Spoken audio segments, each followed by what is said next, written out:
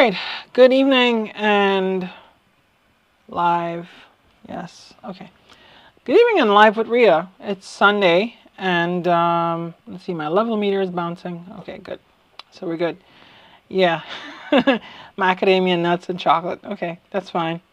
I saw that lawnmower, okay? I saw that before you chopped it up with the lawnmower.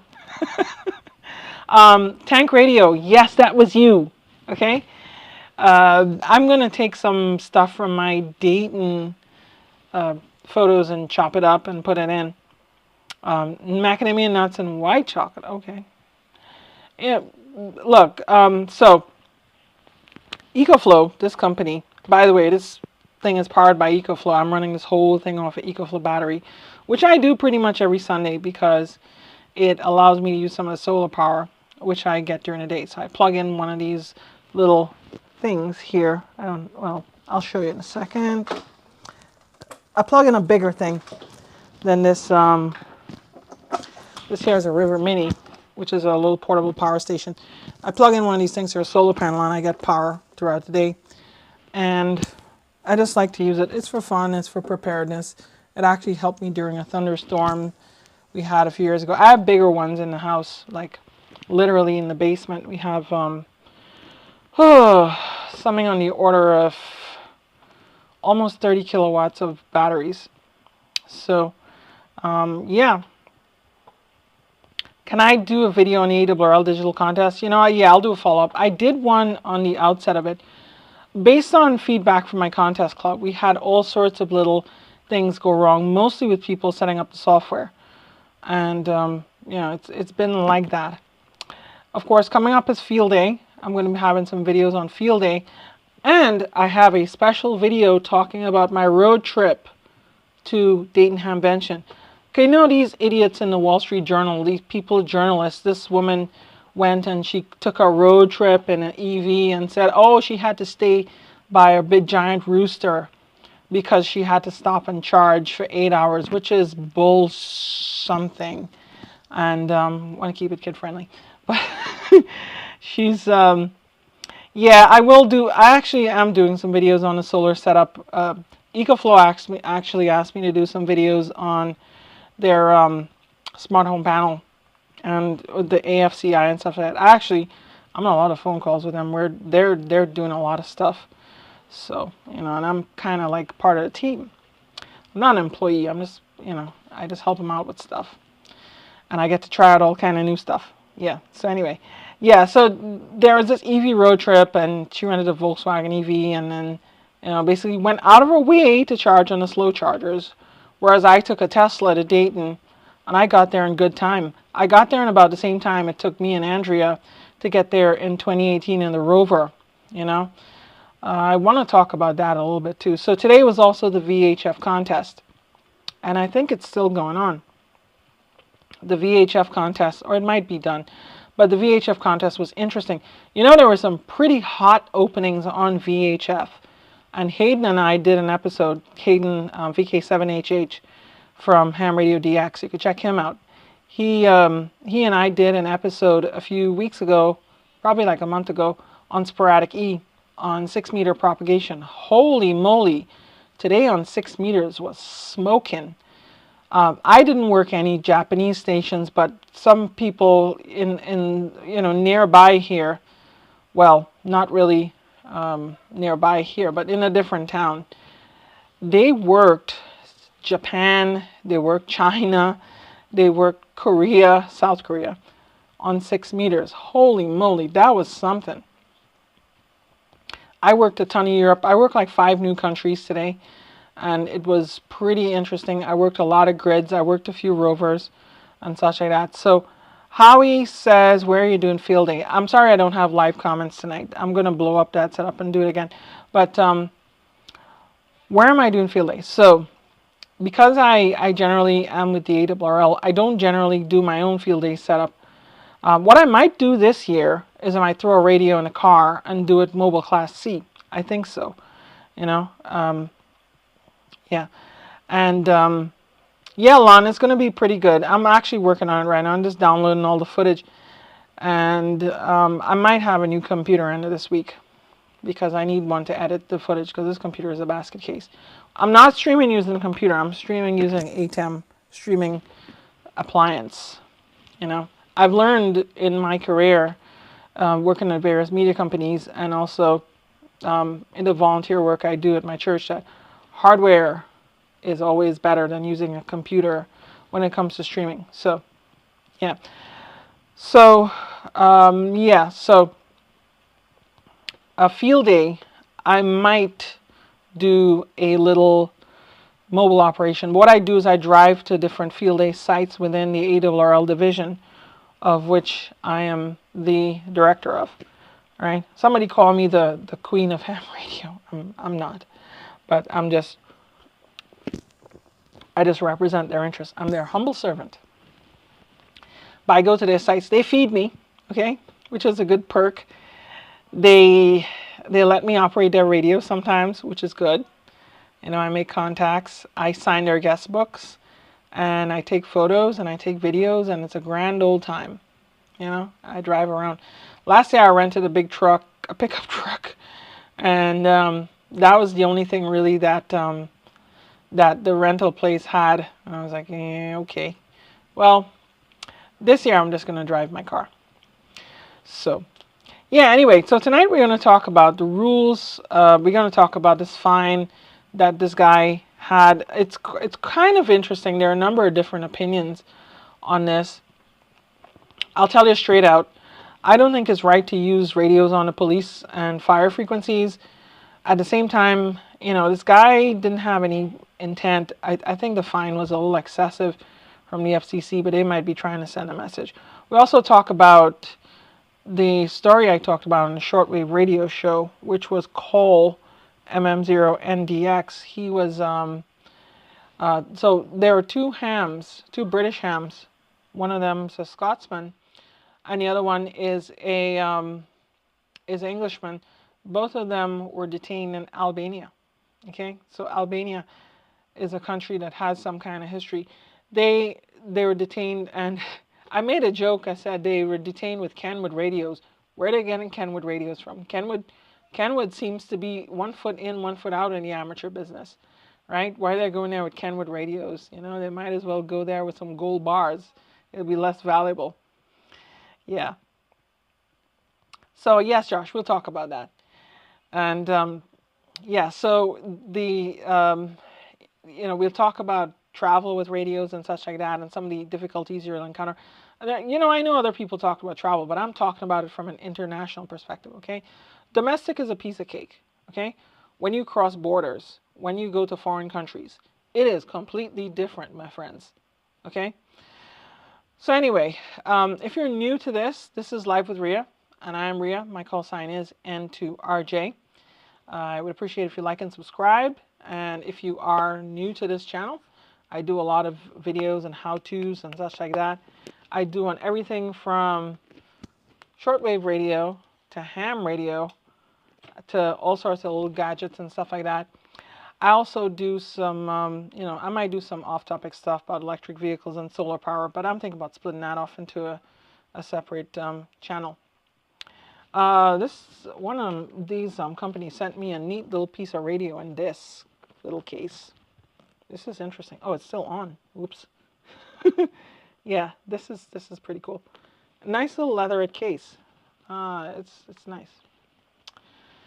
So yes. So first of all, the FCC rules. So the FCC rules in the United States. Okay, when we talk about the FCC rules, we talk about Part 97. And there are a number of, you know, Part 97, you talk to lawyers and you talk to people who call hams sad hams, and they'll tell you that how FCC rules aren't law. They're kind of law because the FCC can still, you know, in extreme case, they could still get you prosecuted and sent to prison if you break some of these rules, right? Usually they don't, okay? And they're really, you know, they're really, how should I put it? The FCC will issue you a fine, but they call it a notice of apparent liability, okay? So they send you a letter, and some people have actually fought these fines and say, no, these fines aren't legitimate.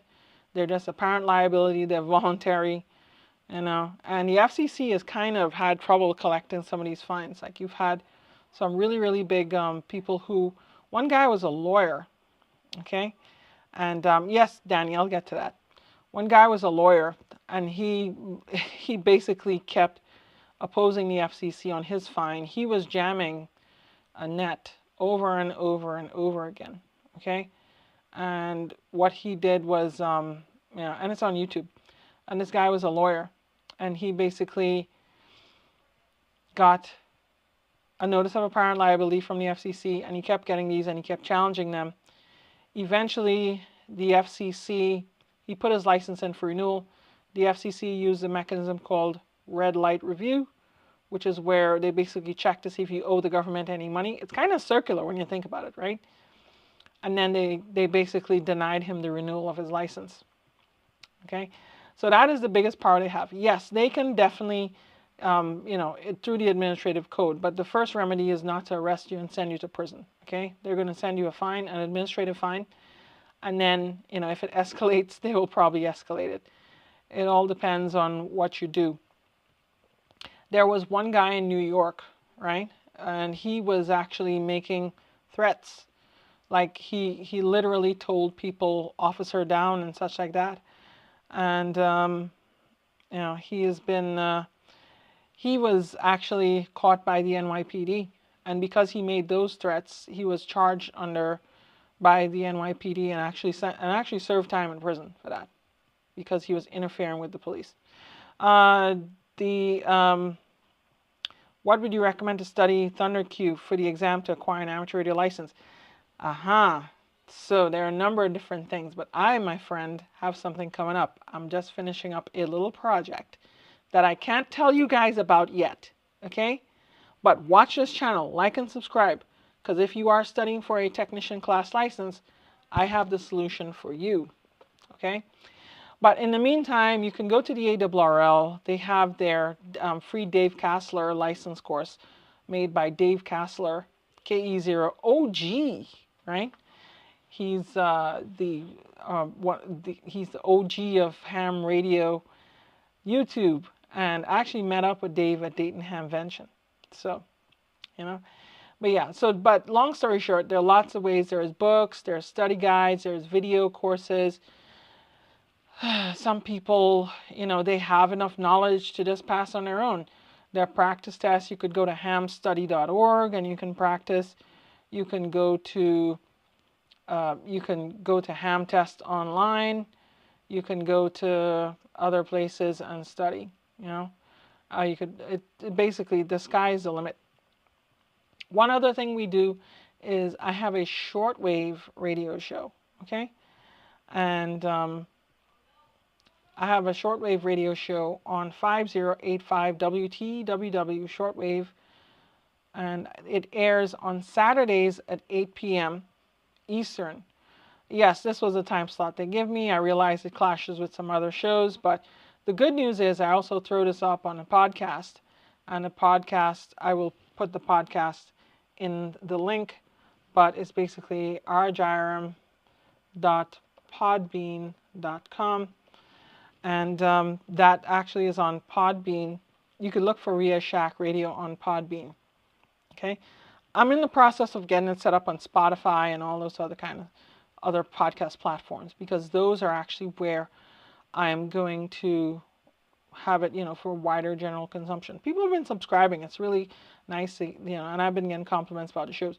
But that show is actually made for the shortwave broadcast. It has a more international license. So Roger Blair, can a person still get a license without taking the code part? Absolutely. There is no more Morse code required to obtain an amateur radio license since 2007. That requirement has gone. The first license, the first time that you could obtain a license without Morse code in the United States was in 1991, where you could get a technician class license and use handheld radios on repeaters and such like that. You just had to take a written test. Now, for no class of license, you don't need to learn Morse code. It is fun to learn Morse code, and I believe it's an essential skill for prepping and survival. It's a good fun mode to learn, okay? But you do not need to learn Morse code. All right, so let's talk about the fine. So I'm gonna and this one actually was kind of interesting because it actually caught the attention of Jessica Rosenworcel, who is the chairwoman of the FCC, and I actually did a video. She's the first woman, I believe, to chair the FCC, and she has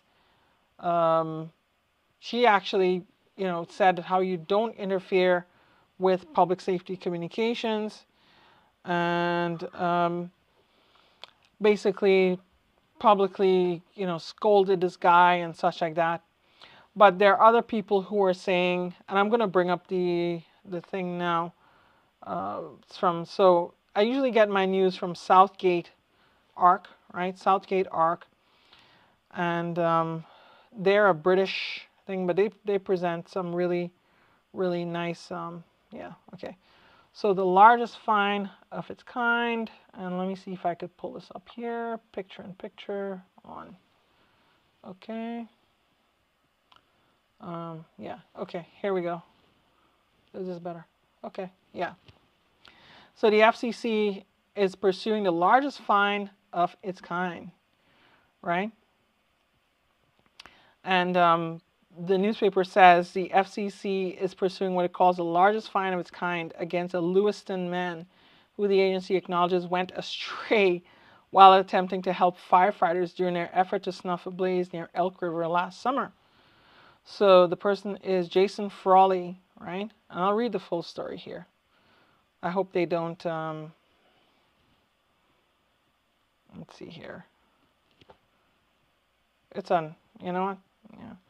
So he interfered with radio communications guiding planes during efforts to suppress the 1,000-acre Johnson fire. And the FCC is seeking $34,000. Hello, Digital Dreamer. 34,000 fine against the man, right? And then the final figure in a civil proceeding has not yet been determined. Now, what happened was he went on the radio over the course of 2 days in July. The code monk, what did he say, right?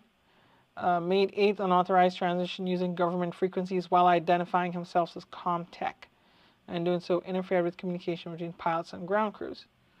Okay, so there are conflicting reports of how this guy, he was known, and the story isn't the real situation. Yeah, I've heard that. I'm not passing judgment. I think the truth will eventually come out. If he was indeed authorized, he was,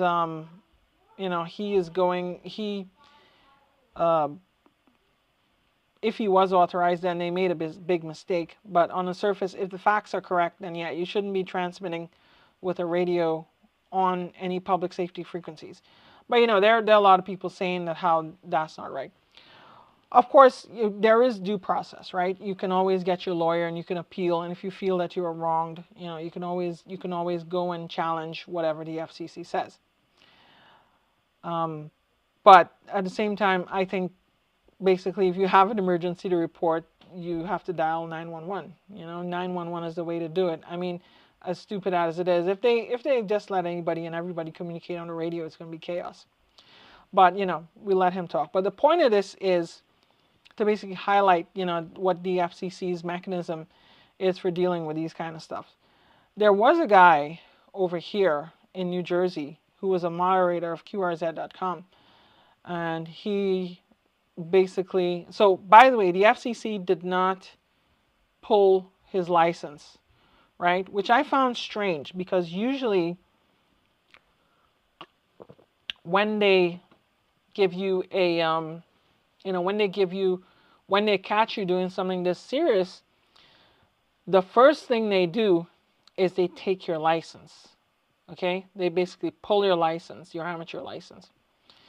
And they mentioned he was a ham, Some people found that strange that they mentioned he was a ham despite him holding other commercial radio licenses. But apparently he was using modified ham equipment. At least the FCC says that he was using modified ham equipment. Now, yeah, so he was using modified ham equipment. And yes, Danny is correct. There is an emergency exception to this matter. It has to be where you have no other means of communication at your disposal, and you can, you can definitely communicate in emergencies. So this is the first thing we're going to talk about. Life and death emergencies. If you have a life and death emergency where you have safety of human life or danger to property, and I'll give you some examples in a minute, but you can use any means of communication at your disposal, provided you do not have, provided no other means are available. So, for example, if you are in a burning building and the phones are not working and all you have is a ham radio and you don't have a license, or you're a technician and all you have is an HF radio at your disposal, you can use that to call for help. If you're trapped in a car accident and you don't have cell phone service, and let's say you, the ham, are unconscious, but your wife or your husband, who is not licensed, is still conscious, and you're unable to call for help, they can then call for help on the radio without a license. And this is really common sense, right? Common sense is that you know what, in a life and death emergency, I am not going to worry about the law, okay? I'm better to be judged by 12 than carried by 6, okay? And that's a common thing, okay? So if I have a life and death emergency, I am really not worrying about what the FCC is going to think, right? And no jury would convict me if I was saving my life, or if I was saving the life of a loved one, especially my children. Okay, so that's the other thing to consider. There are the rules and there are the laws. DMR can be considered modified ham equipment. No, DMR is modified commercial equipment. So DMR is not really ham equipment, it's commercial. It's certified under several parts, like I believe part 90, right?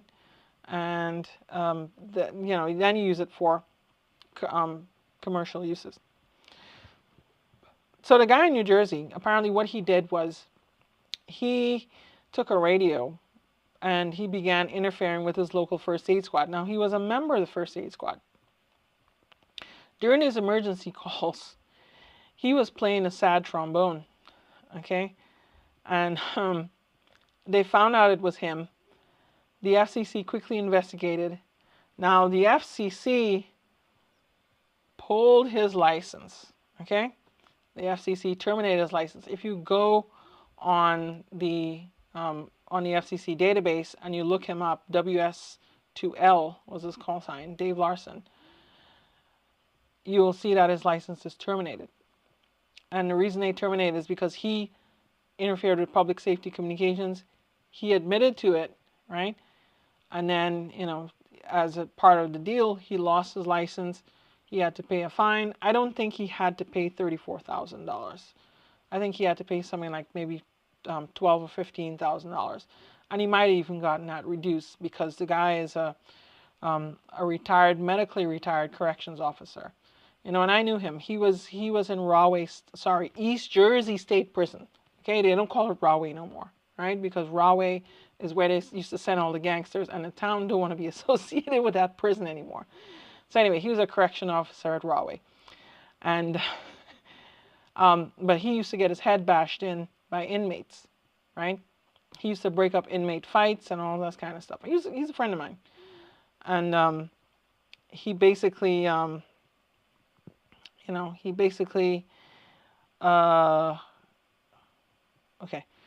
yeah, he basically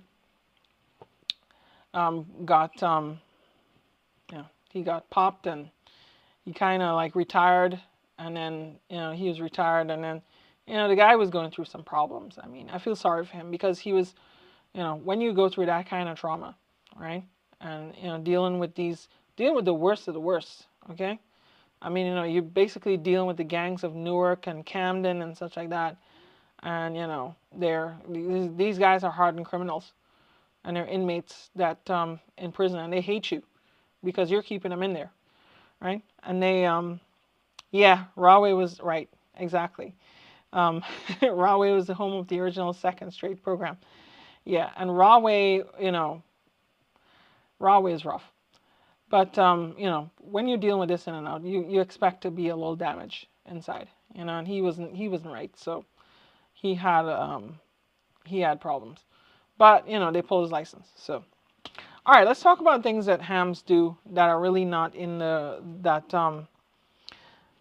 I'll talk a little bit about, and I'll give some examples. So Danny is talking about help with information anyone has about interference to Chicago police frequencies. Well, I'd advise you to talk to Riley Hollingsworth, K4ZDH. He will be able to tell you. He has, he has a volunteer monitors, and they could probably look to gather some information. All right, so the first one is identification. Okay, so every amateur must identify their transmissions, not at the beginning, believe it or not, okay, at the end of their transmission, right, and every 10 minutes. So, yeah, okay, right.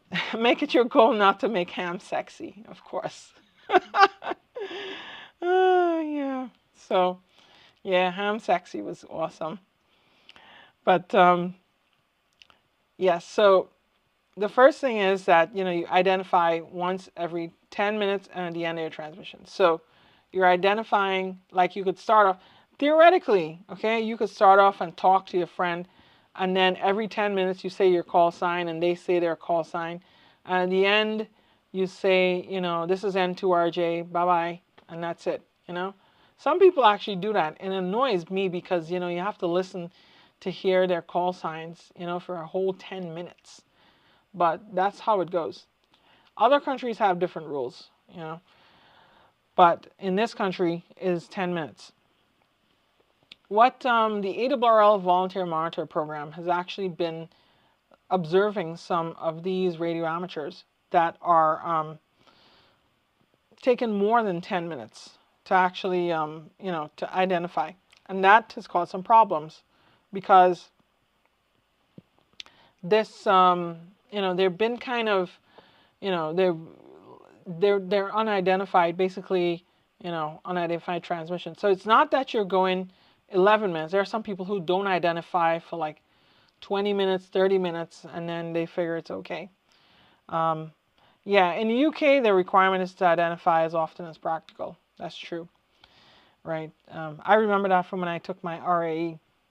But in the United States, it's 10 minutes. They have a hard 10-minute rule. Of course, if you go like 10 minutes and 5 seconds, I don't think anybody cares. But you go like 11 minutes, you go like 15 minutes, yeah, they're going to care.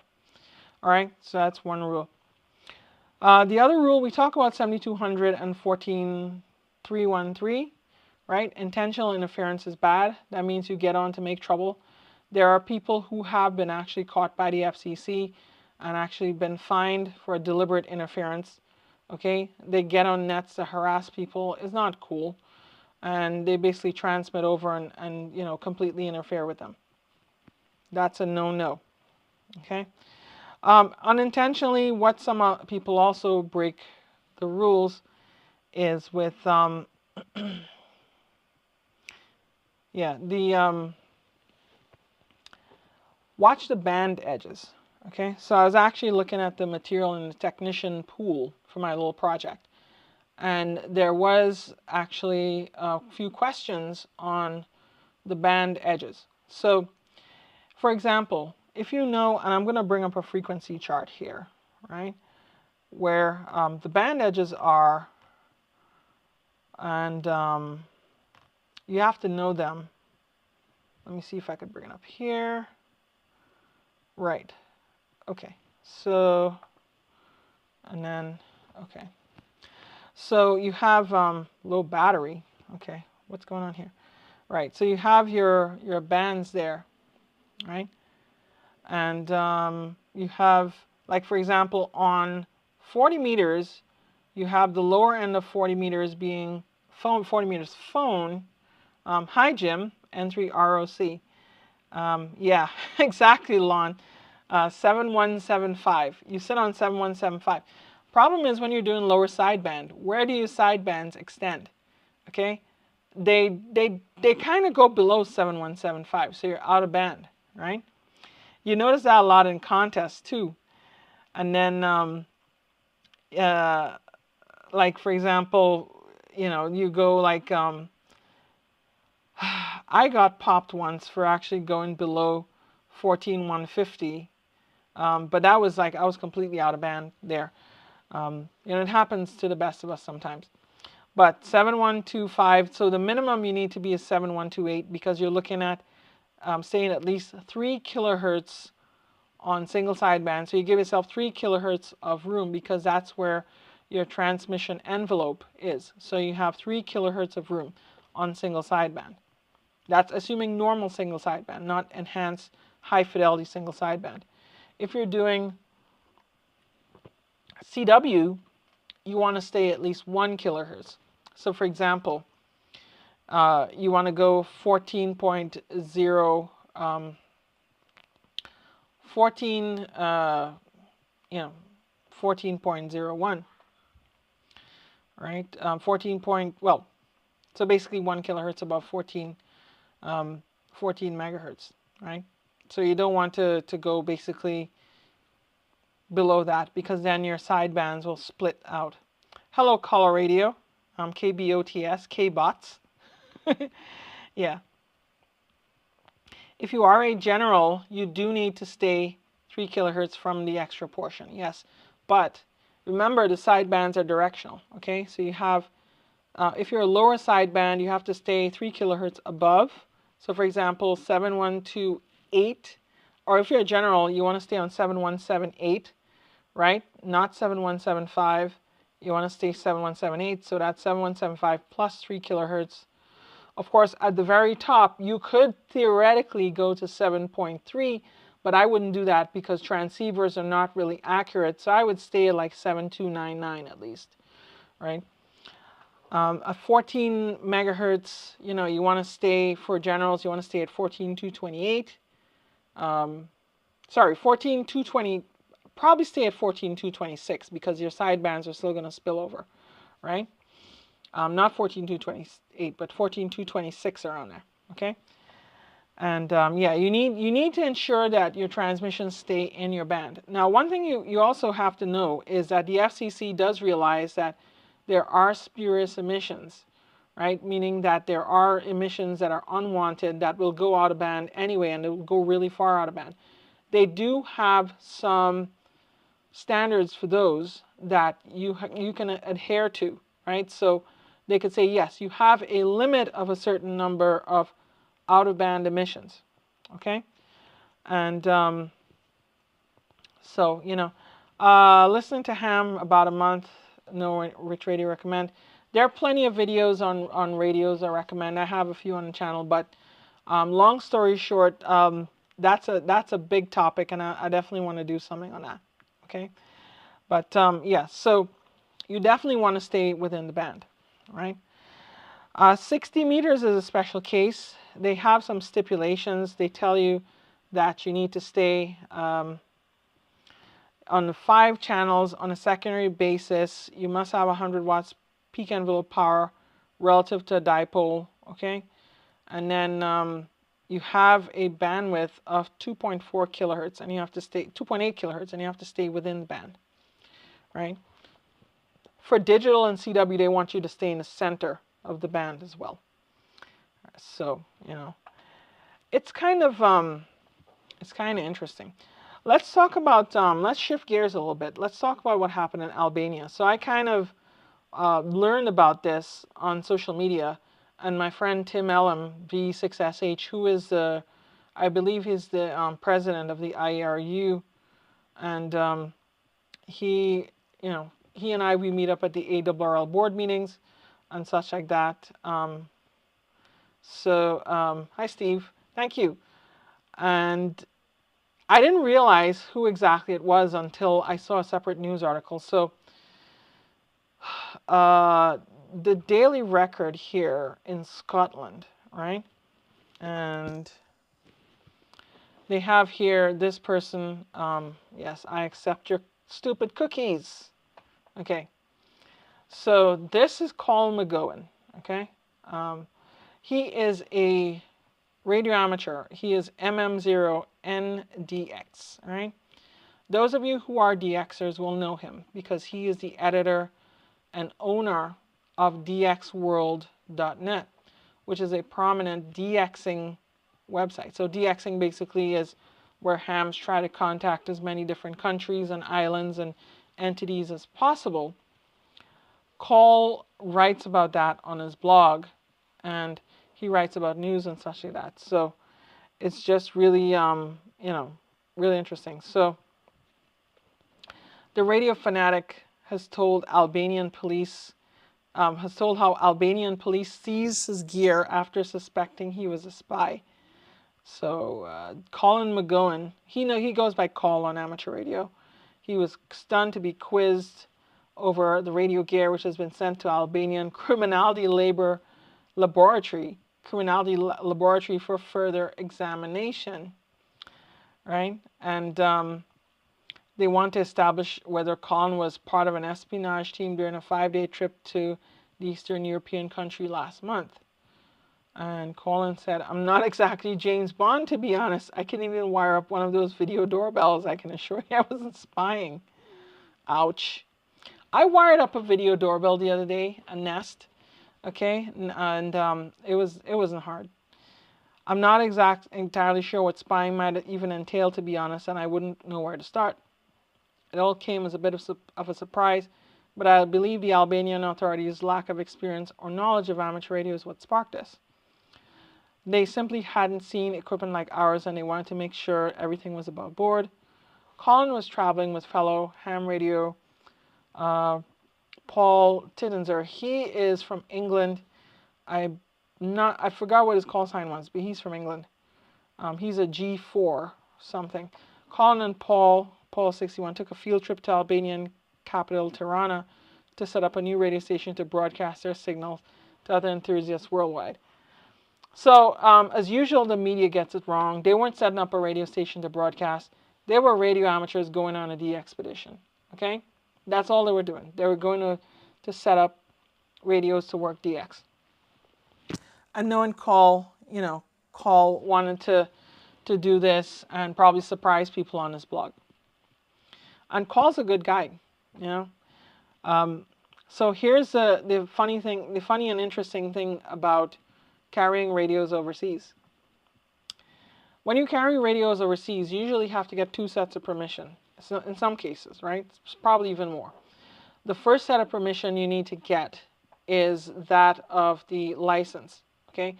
So you get the license from the foreign authorities. That probably requires paying some fees in advance. Sometimes they charge foreigners extra because because it's their laws, right? And they require a copy of your home license, or they might have some other things. And what they do is, then they will probably have you pick up the license afterwards. Separate from that sometimes is where you need to apply for permission from customs. Now, in Trinidad and Tobago, when we apply, I had this experience, and I'm a citizen there, okay? At least I still think I'm a citizen, even though I've been taken off the voter rolls, so I can't vote because I don't live there anymore. Yeah, yes, you can get charged and thrown in a foreign prison. I'll talk about it in a second while we have all this stuff. So in Trinidad, you have to have customs clearance. I had a relative who was a member of parliament, and he actually got permission for me to get my equipment in, right? And I got pre-clearance and everything. Now the government wants you to have it type accepted. You have to get the government to agree to all the technical specifications and all sorts of stuff, and they make you fill out forms and such, to get it in. Some people don't know that, okay? Some people, what they do is they figure, well, I'll just go on holiday and, maybe I'll try to sneak it past. But no, a lot of these foreign countries, what they do is they thoroughly search your baggage because, one, they want to make sure that you have no contraband, right? And two, they want to make sure you pay the taxes, like all the customs duty and stuff like that, okay? So, you got to be careful. Well, I ended up paying about 800 TT dollars in customs duty for an amplifier, which is about maybe like $150 American, which really wasn't that bad. I was still a little ticked off that was not, that was still a problem. Oh well. The other thing you got to be aware of is that some countries have a history. Like in my country, we had a problem with radical Islam. Okay, so we had, what a surprise. We had a guy who was a former police officer. He, he basically,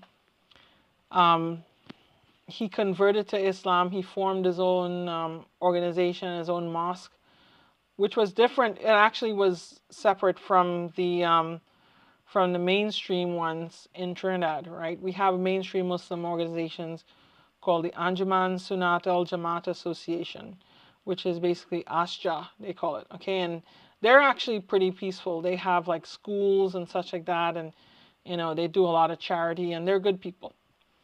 But you have this guy with the Jamaat al-Muslimin. He was tied up with Muammar Gaddafi, and he basically smuggled a bunch of AK-47s and such like that. Nothing wrong with AK-47s, but except that what he used them for, he used them to go and take over parliament, right? And go into the TV station and radio stations and hold them hostage. And basically hold the country under siege and try to overthrow the government. Back in July 27, 1990. Well, the part of the plot that involves radio is that they didn't use ham radios, they use CB radios. Ooh, okay. They use CB radios to coordinate their attacks, right? And because of that, the government basically became very skeptical of all types of radios. And they basically, they basically made it hell for everybody to bring two-way radios into the country. They make you pay a bond to bring in the radios, okay? So you can't just walk in with them anymore. You can't just fly in. They make you pay a bond equal to the value of the equipment. Yeah, and then you're lucky if you get that bond when you leave. So a lot of people used to have, basically, they used to bring a receipt with, a different value. And then the customs official would see that and they pay a small bond because they know they're not getting it back. Okay? Yeah, there's corruption and stuff in other countries. So this whole thing in Albania, you're lucky that your equipment doesn't get seized, right? They seized their equipment and they were allowed to go back to England. I think they lost the radios. I'm not sure if they were allowed to take the radios back with them. If you go somewhere like North Korea, like my friend Dave Bornstein, KA2HTV, he went to North Korea. He's a doctor, right? So he's Dr. Dave Bornstein. He lives in Florida now. He used to live in New York. He donated some medical equipment to North Korea and asked if he could get a radio license. They told him that you can get a radio license. Right? Just bring the medical equipment. Well, he brought the medical equipment, he brought the radios, and they told him, well, we're keeping this, okay? We're keeping all this, but we're not giving you the radio license.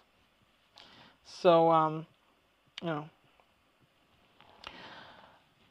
that is some things you have to worry about. Okay, Thunder Q asks, during a power outage, will repeaters still be operational? The answer is probably, And the answer is probably not. It all depends on the repeater owners. And this is why I tell people, do not depend on repeaters as your communications plan. Okay? Because a lot of repeaters are powered from the same grid that goes down during a storm. Some of them might have generators, some of them might have batteries, right? But those will only last for so long. A generator requires fuel, and if the repeater is up on a mountaintop, you need to get somebody to bring that fuel. Usually it's diesel or propane gas. If you have, if you have the propane gas up there, that usually has to get there by truck. And if you have like a hurricane, you'll have trees and stuff down, so you might run out of power. Forget about it. These days, if you have solar and battery power, there's a better chance of it staying on because you don't need a truck to bring sunlight, because sunlight comes from the sun and that charges up your batteries. At the same time, I tell people, learn to be self-sufficient. Always learn to transmit simplex and get your own communications capability for simplex communication. This means that you go direct from radio to radio, okay? Without a repeater. And this way you will always be immune from any sort of repeater outage, right? Because if you depend on repeaters, you might as well just use Zello or cell phones, because they'll be reliable just the same way, okay? And on the topic of simplex, you can use HF, and HF is probably a lot better simplex communications because it allows you to go further distances than VHF, than the little Baofangs or Bufwangs or whatever radios. Okay, of course these are good for short-term communications. And I like I said, I got a GMRS license because I have unlicensed members of my family, right? And you can you can then give that to unlicensed people. Yes, you can also learn to do crossband repeat. I have radios that do crossband repeat, but to be honest, that's another piece of the puzzle. I'd rather have an antenna up in a high place I could communicate simplex with, or HF capability, where I can,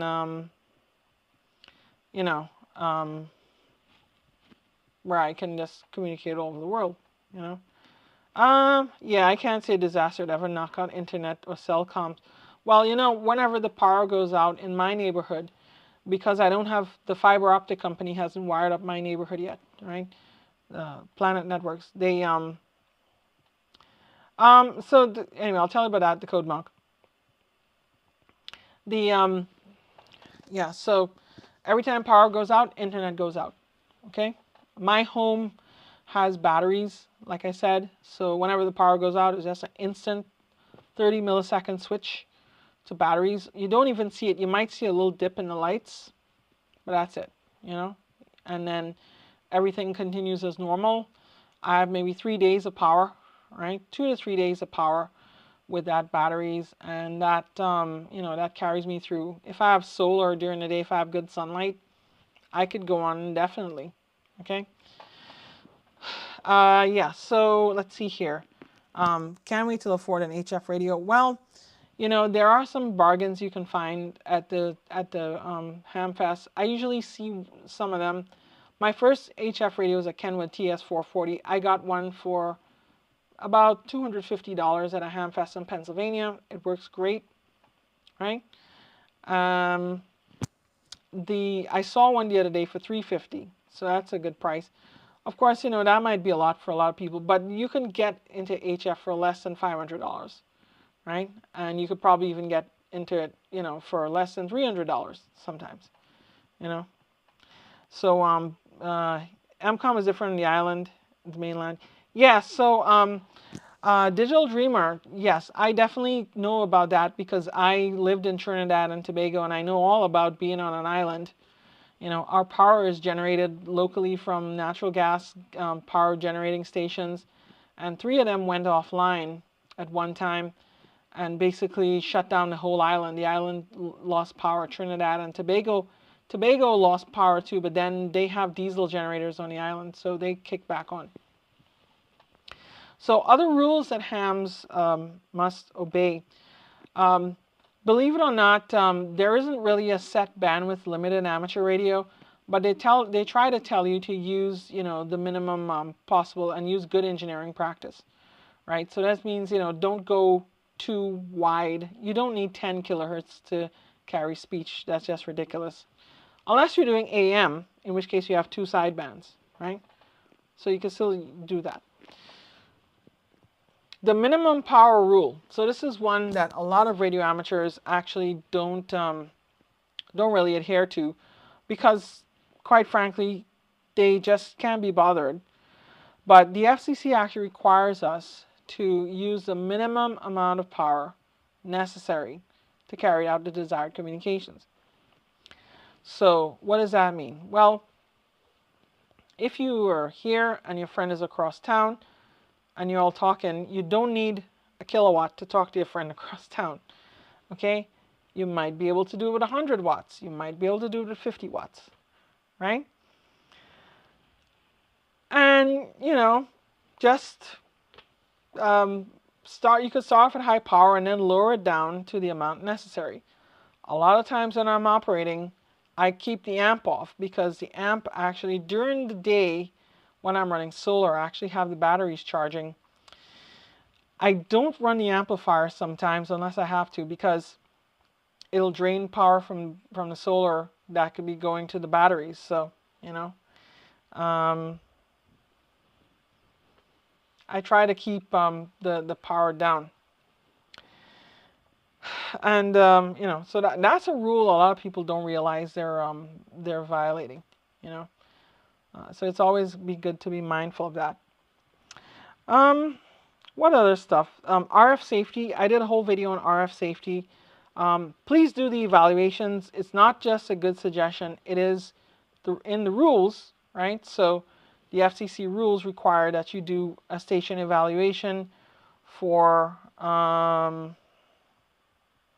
you know, for your station, to make sure that humans aren't exposed to too much RF, right? And the video explains all, where I tell you. If you look up RF safety, I think it's within the first few results, but if you look on my channel, you will see a few more. You'll see a couple of videos on this topic of RF safety. And I go to campus and I talk about them too, you know, yeah. The new radios, yeah. Well, yeah, so I run the Flex. I mean, in the Flex, it's a slider on the screen. The older ICOM radios, yeah, some of the new ones, they have like a little button below. The bigger radios tend to have a little button below, a little knob below you could turn to bring on power. RF safety is for your neighbors, yes. So I actually talk about that. You have the occupational hazards, which are basically you in your household, right? And meaning your household, okay? And then you have the general public, non-occupational, which is the general public, which is your neighbors, which is street passerby, right? So those actually have a lower threshold to meet, meaning that you need to have much less RF going to them. Okay, I explain all of that in the two videos, so check it out. My antennas, thankfully, are out in a field in the back of the property, so they're about 200 to 300 feet away from the house. I'm pretty sure I did evaluations and such like that, so I am well within the rules. I could transmit full legal limit all day long, provided my amplifier is working. Yeah, so yeah, that's a good thing to keep in mind. Spurious emissions, like I said, if you ever go to a hamfest, get your handheld radios checked, even if it's one of the, you know, the big four. I had mine checked. Those are usually good, but you never know, right? I find some of the newer Baofangs are actually better in terms of spurious emissions. The old ones are kind of, they're kind of junky, you know. I have one here somewhere, but they're kind of not compliant on 2 meters. On 70 centimeters, they're just fine, right? But on 2 meters, they tend to have issues, you know. So, hi, Andy. Nice to see you here, you know, among other places. Ron Belinsky, your tinfoil hat, it helps protect you. How convenient. I think I remember seeing a movie with that. I can't remember which movie it was, but it was a movie with this little girl, Dakota Fanning. She was actually one of the people in the movie. She played a little girl at that time. I can't remember who, and they talked about tinfoil hats. So yeah, the Spear Submissions did put on a great show. Yeah, they were great. The Spurs, yeah. Ward Silver, Sean Kutzko, and all these people. Was it Dave Robbins? W4PA's Scott Robbins, I think. W4PA. My memory sometimes. He actually, he was the bass player. The Code Monk. Let's see. What you had a question up here. Okay, you can. The signs. Yeah, you can put signs. So I tell people on field day sites, usually just run the evaluation, print it out, and keep it with you, right? Keep it in your station papers. Also, make sure that you probably have like some caution tape near your antennas so that people don't stand up right next to the antennas, right? You don't want to have people, strangers come by, especially you operate in a park or some public place, come by and lean up on your antennas. In Trinidad, we have a habit of where people would come and lean on your cars and, and they scratch it up with their jeans and such like that. So, one more thing is the FCC can always come and inspect your station, but they do so very rarely. They really only do it if you're making trouble, right? And if you're really causing some problems. Also, the RF exposure thing is only really triggered when people complain. So normally the FCC is not going to come knocking on your door asking for RF safety, RF exposure compliance. What's going to happen is your neighbors are going to see your antennas, or maybe you have new neighbors, especially where houses are being bought and sold so fast these days. You have new neighbors who come in and they say, oh, I see that tower there. That's going to give me cancer. Okay, I better complain to the FCC. And then they complain to the FCC about how they're getting weird headaches and such like that. And it becomes a he said, she said kind of thing. And then the FCC will come to inspect and they'll ask you, have you done the RF exposure evaluation, right? And then if you say no, they'll probably ask you to do it, but they'll probably, try. That will be something against you. It'd be less of a reason to believe you, but at the same time, they'll probably just ask you to do it, right? So it's always a good idea to have that. So anyway, we're just plumb out of time. I'll tell you what else is coming up on the channel. I'm definitely working on that road trip video. I have a few product reviews in the hopper. Some different things. Like I said, I have this nice little Musen radio here. They kind of, this thing is made out of wood. You would not believe the bass on this thing. This thing is like tiny. And it's Bluetooth speaker. The Tesla road trip. I have a mobile GMRS radio I'm actually working on. And probably do some road tests in that as well too. And other little things. I'm going to be talking about over-the-air TV as well too, and some of my tips for getting the most out of aligning your over-the-air TV. I actually have equipment, a spectrum analyzer that I use that, what else does the radio do? Which one are you talking about? What, this one? This is a Bluetooth speaker auxiliary and it's an FM radio. So it's, but it's tiny. It's really tiny, right? I have another version of this that Redicus wants me to review, so I'm going to be reviewing this about shortwave. I also have another shortwave radio that I got. I have another little radio called the Gospel. That's Gospel, Gospell, GR216, and you could probably guess the target market for that one. And actually, it's pretty much where I got it from. I got it from a friend who's in the shortwave broadcasting business. They own a Christian radio station, and they let me have one of the radios that the missionaries carry with them to to go preach in foreign countries and such like that. So